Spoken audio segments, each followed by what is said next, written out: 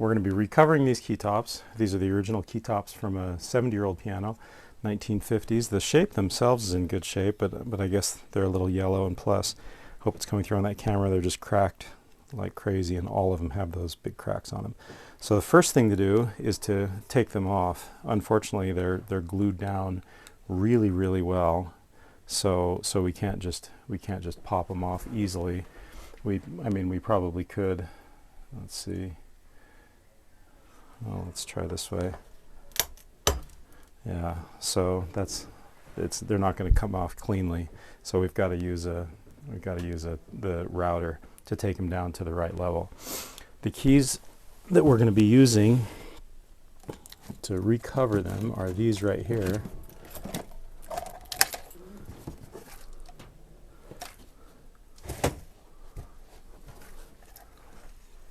Oh, that's what I'm looking for. So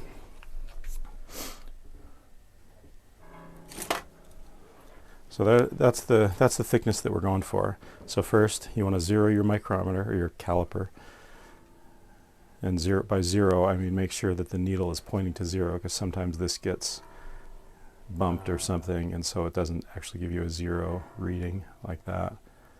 Okay, so there's our zero.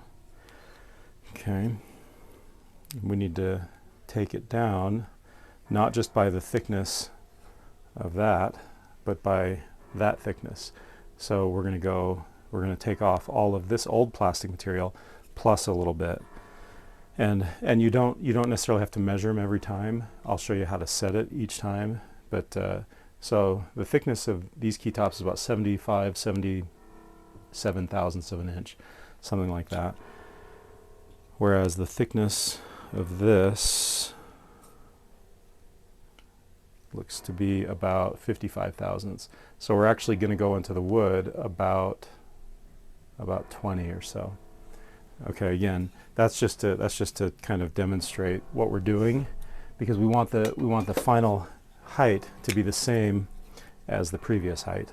Okay. So if we were to just take off the plastic, we'd be 20 thousandths higher, because this is 20 thousandths thicker than the old plastic. Okay. All right. So to do that,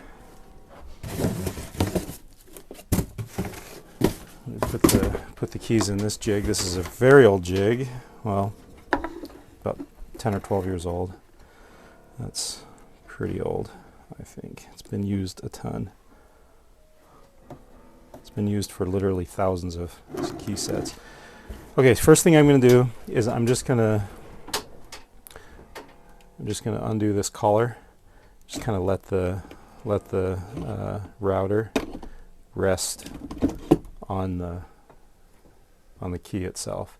Okay, then I'm going to hold the position right there, and then I'm just going to let it down a little bit. So you probably didn't see that, but I just kind of went down, and you can see it's actually bumping into the thing.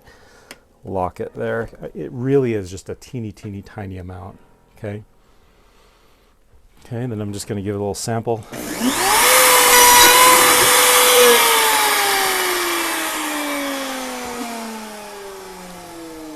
So remember, the router was resting on it. I let it down an almost imperceptibly small amount, and that ended up being the amount. Okay, and if you hold this next to that, let's see, get a good vantage point. You see that? Yeah. Okay, what do you see? This one's still slightly higher. Perfect, correct.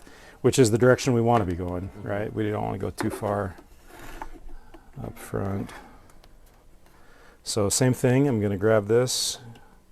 This time I'll use the little thing and let it down slightly.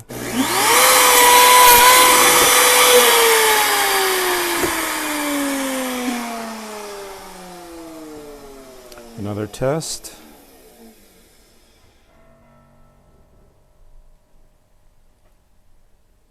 Looks really close. Yeah, I'd say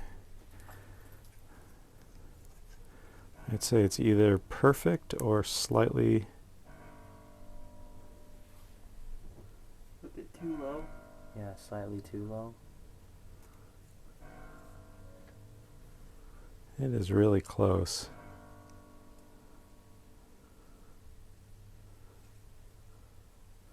Maybe ever so slightly too low. So I'll try raising it up just a tiny, tiny bit.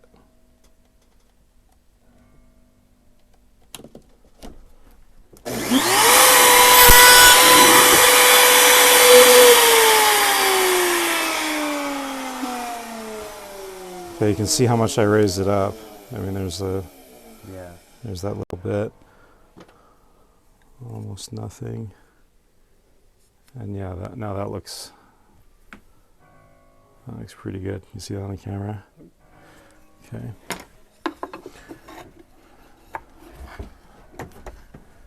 So every time you put this in, it's crucial, something that you're not seeing, you're just kind of watching me do it, but I'm kind of doing it by habit.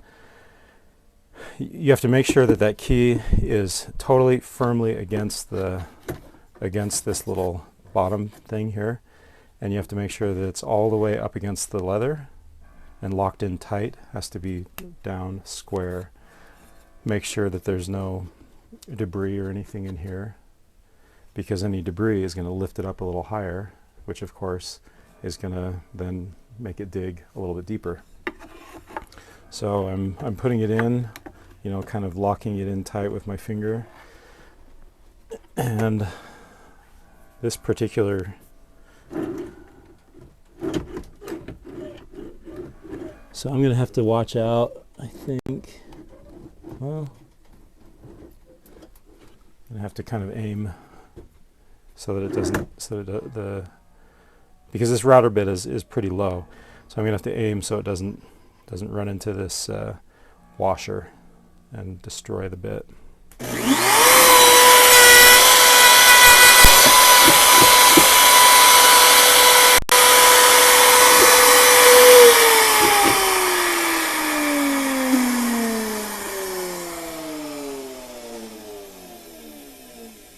So on that first one, so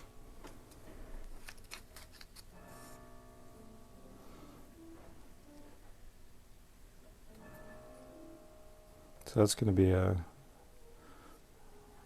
nice fit there. Okay.